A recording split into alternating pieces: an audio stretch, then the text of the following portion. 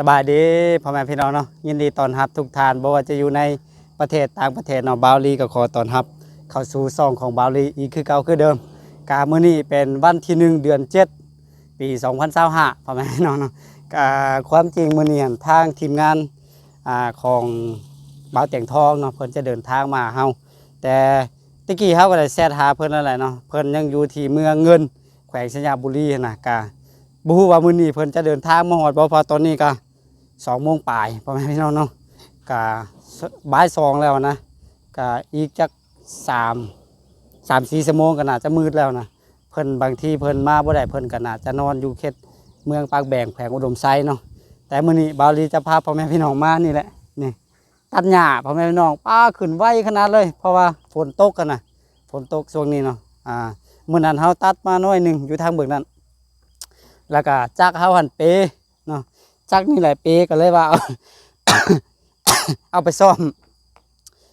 เนาะแต่คนเปนี่ซ่อมบ่ดีเด้อเป็นไอเลยนะเนาะกะไปซ่อมดีเรียบร้อยเนาะตอนนี้กะจะลองตัดเบิ่งใส่น้ำมันก่อนนี่เนาะสีน้ำมันเบนซินเนาะเปลี่ยนน้ำมันเครื่องพร้อมเนาะมื้อเช้านี่ถือว่าหมดไปหลายอยู่แปลงจักรนี่ก็มันเก่าแล้วเด้เนาะ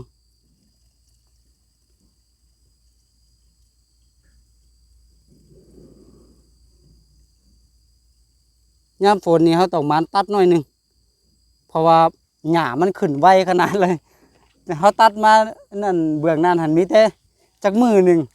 เบิ้งเดี๋ยวนี้ก็เริ่มเขียวไปหมดแล้วเนาะมาเบิ้งนำกันพ่อแม่พี่น้องว่า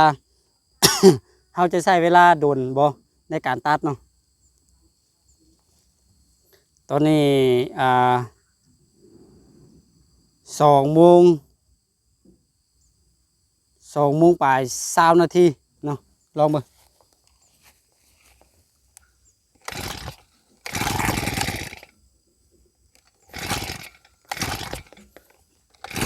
เฮ้ยกำลังตีบ่ได้เนาะโอ้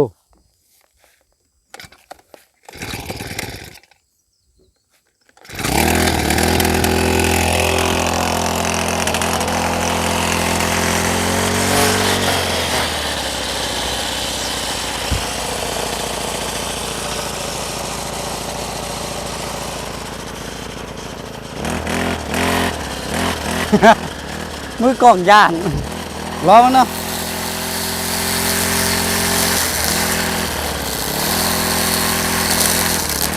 โอ้คมสุดเลย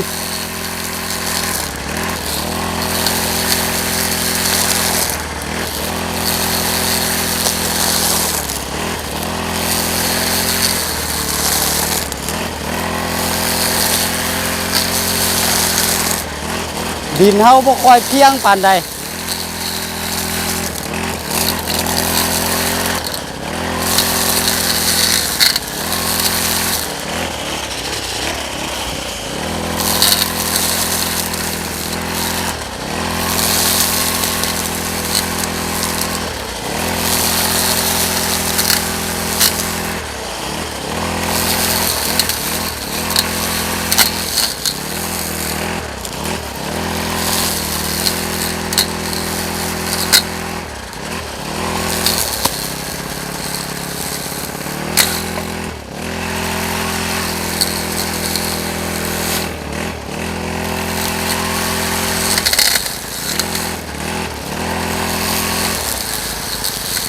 ป้ามือกล่องนี่ใจลอยสุดพ่อแม่พี่น้อง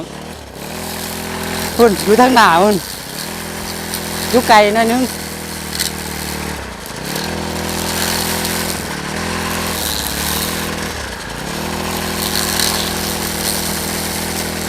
เฮาต้อง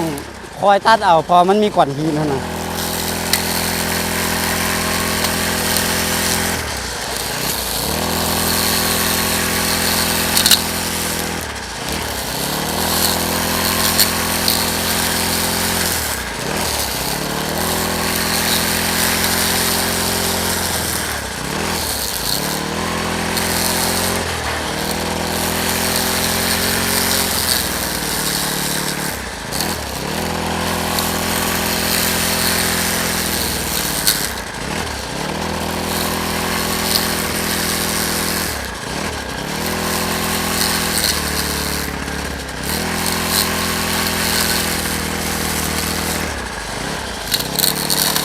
โอ้คักมาแม่พี่น้องแบบใบตัดมันคมดี แล้วก็หญ้าอ่อนน่ะเสียดายแต่ว่าดินบ่เพียงถ้าดินเพียงนี่อู้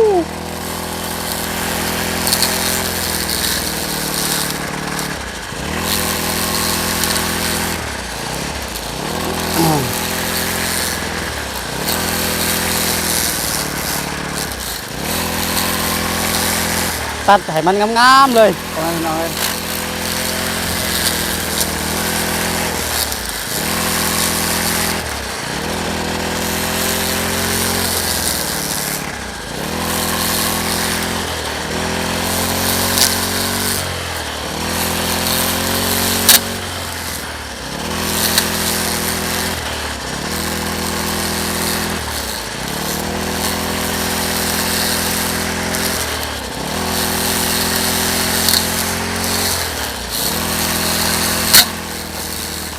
โอ้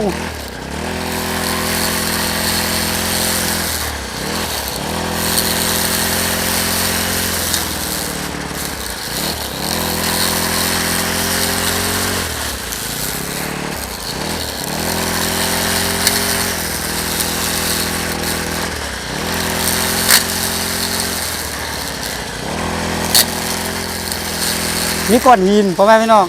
ต้องคอยตัดเอา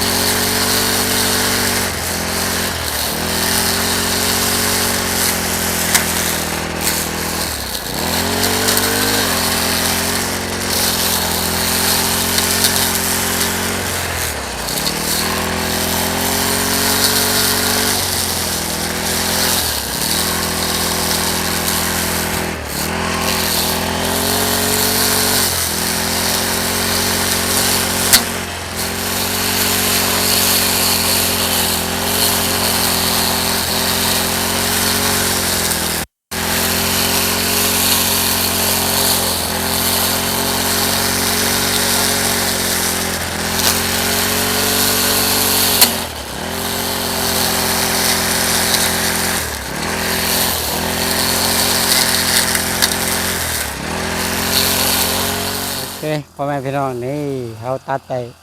น้อยหนึงแล้วเนาะกับบ่น้อยหลายเทิมเนาะตอนนี้ให้ทางน้องเลื่อมเข้าไปเปลี่ยนตัวเนาะบอกนุ่งส่งยาวกับบ่นุ่งถูกคอยตัดคอยเอาพ่อแม่พี่น้องแบบเขาบ่ได้เล็งจักแห้งมันเป็นหญ้าอ่อนๆเนาะนี่ดินมันบ่เพียงหั่นน่ะเพราะว่าตะเกียนบ่อนเนี่ยเฮาเอารถมาไถเนาะไถแล้วก็ปลูกหญ้าเลี้ยงงัวนะเนาะก็ดินมันก็รุบโนนตัดค่อนข้างที่ว่าจะยากพอสมควรเลยเนาะไม้ที่เฮาไปตัดมาก็ยังบ่มีเวลาแปลงพ่อแม่พี่น้องเนี่ยเฮาจะล้อมแบบนี้แหละแต่ว่าย่านกบออกหั่นนะกบพันธุ์มันเริ่มใหญ่ขึ้นทุกมือแล้วเนาะเฮาจะล้อมจนมืดเลยแหละทั้ง4ด้านเลยเฮ็ดประมาณนี้เนาะนี่เฮ็ดแบบนี้เนาะกันบ่ให้กบออกหั่นนะเวลามันใหญ่มาเนาะย่านมันโดดข้ามผ่ายางนี่ออกมานะเขาจะล้อมหัวแบบนี้ทั้งตีนมันเขาจะเอาดินถมไปเนาะพอกบตอนนี้ก็เริ่มใหญ่ขึ้นแล้วนะเนี่ยพ่อแม่พี่น้องกบเนาะเนี่ยตกปกเต็กๆอยู่หันเนาะ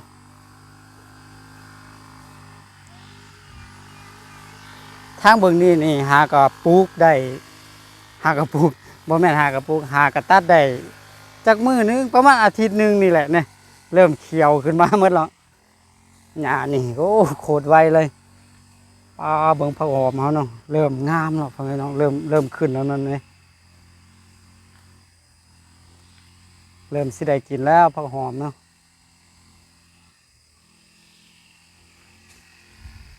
แม่หอมบัวหัวผักบัวก็เริ่มขึ้นแล้ว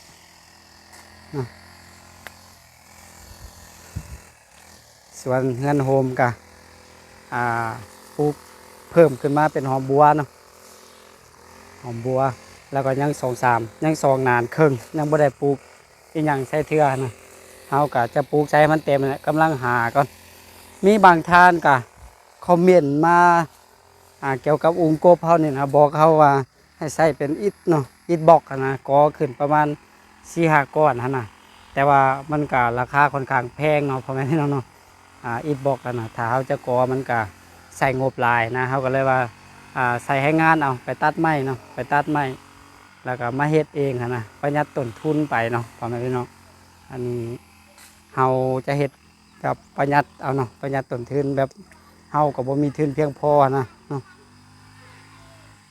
กบอีหยังก็เริ่มใหญ่หญ้ามันออกเพราะว่าผายางที่เฮาเฮ็ดมันบ่ได้สูงปานใดเนาะประมาณ50 ซนพุ่นกบเนาะ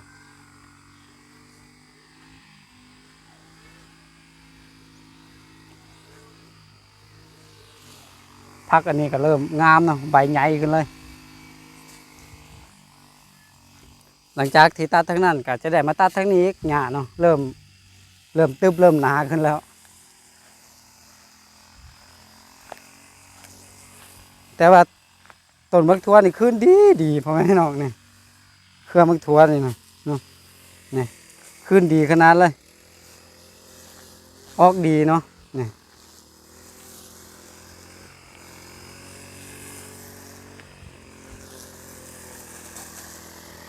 ส่วนมั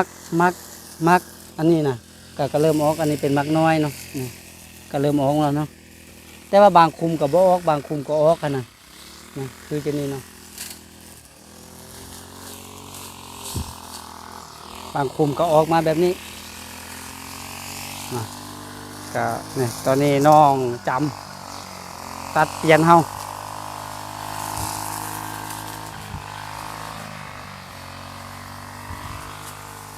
ตอนนี้ใช้เวลาไป1 ชั่วโมงปลายแล้วเนาะไกลพ่อแม่น้องไกลพี่อ้ายของบาวลี่นี่แหละนี่เพิ่นมีไกลหลายเติบเนาะเพิ่นเลี้ยงไก่อยู่นี่นะ นี่อันนี้เป็นเป็ดเป็นไก่เพิ่นเขาเป็ดเขาไก่เพิ่นนี่แหละ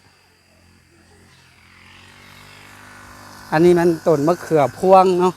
ถ้าหากว่าเฮาเว้าบ่ผิดแต่ภาษาบาวลี่เอิ้นว่ามะแข้งนะเอามาปลูกเอาไว้กินลวก1กบกับมกปลาแดกเนาะ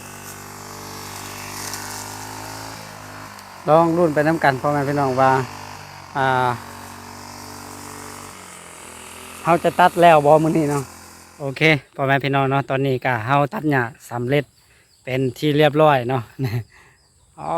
ถูกก่อนจะสำเร็จใช้เวลาอยู่3-4 ชั่วโมง3 ชั่วโมงกว่าพ่อแม่พี่น้องเนาะตอนนี้ก็เป็นเวลาอยู่ที่4 โมงแรงเนาะก็สำเร็จเป็นที่เรียบร้อยมันตัดยากหน่อยหนึงเพราะว่ามันมีก้อนหินแล้วก็พื้นดินเฮามันบ่เพียงอะนะเนาะก็เลยว่ายากแด่จักหน่อยก็โอเคสำเร็จเป็นที่เรียบร้อยสำหรับคลิปนี้ก็เอามาฝากมาตอนพ่อแม่พี่น้องเนาะได้รับชมนํกันก็คือบาวลิงตัดหญ้าอยู่ที่โรงงานน้ำดื่มของเฮาเองเนาะก็ตอนนี้ยังทีมงานทางเตียงทองบ่าวเตียงทองเพิ่นก็ยังบ่ได้โทรมาหาเฮาเทื่อบ่ฮู้ว่าเพิ่นเดินทางมาฮอดไสจักหน่อยเฮาจะโทรหาเพิ่นเบิ่งเนาะว่าเป็นจังใดก็โอเคสำหรับคลิปนี้บาวลีขอตัวลาไปก่อนเนาะแล้วพบกันใหม่ในคลิปต่อไปส่วนว่าจะเป็นคลิปใดและอยู่ไสก็อย่าลืมให้กำลังใจกันคือเก่าคือเดิมสำหรับคลิปนี้ขอตัวลาไปก่อนเนาะแล้วพบกันใหม่สบายดี